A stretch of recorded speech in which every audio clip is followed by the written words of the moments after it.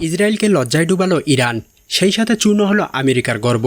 ইরানের রাষ্ট্রীয় সংবাদ সংস্থা ইরনা জানিয়েছে, দেশটির আকাশ প্রতিরক্ষা ব্যবস্থা তৃতীয় একটি ইসরায়েলি F-35 যুদ্ধবিমান ভূপাতিত করেছে।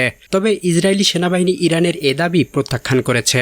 ইরনা এক্সে দেয়া এক পোস্টে জানায়, যুদ্ধবিমানটির পাইলট ইজেক্ট করেন। পরে সেনাবাহিনীর কমান্ডোরা তাকে গ্রেফতার করেন। তবে ইসরায়েলি সেনাবাহিনীর মুখপাত্র লেফটেন্যান্ট কর্নেল আভিচাই আদ্রাই এ খবরের সত্যতা অস্বীকার করে দাবিগুলোকে মিথ্যা বলে বর্ণনা করেছেন। এর আগে শুক্রবার তাসনিম সংবাদ সংস্থা জানিয়েছিল, ইরানের ভেতর বিমান হামলায় জড়িত দুটি ইসরায়েলি যুদ্ধবিমান গুলি করে ভূপাতিত করেছে ইরান এবং একজন ইসরায়েলি নারী পাইলটকে আটক করা হয়েছে। আদ্রাই ওই খবরগুলো অস্বীকার করেছেন। তিনি সেগুলোকে সম্পূর্ণ ভিত্তিহীন বলে মন্তব্য করে ইরানি গণমাধ্যমের বিরুদ্ধে তথ্য তৈরির অভিযোগ তুলেছেন। শুক্রবার ভোরে ইসরায়েলি বাহিনী ইরানে হামলা চালায়। এতে পারমাণবিক ও ক্ষেপণাস্ত্র স্থাপনাগুলোকে লক্ষ্য করা হয়। ওই হামলায় ইরানের শীর্ষ সামরিক কমান্ডার ও বিজ্ঞানীসহ 104 জনের বেশি নিহত হন এবং প্রায় 380 জন আহত হন। এর জবাবে শুক্রবার রাতেই ইরান ইসরায়েলের বিভিন্ন স্থানে ক্ষেপণাস্ত্র হামলা চালায়।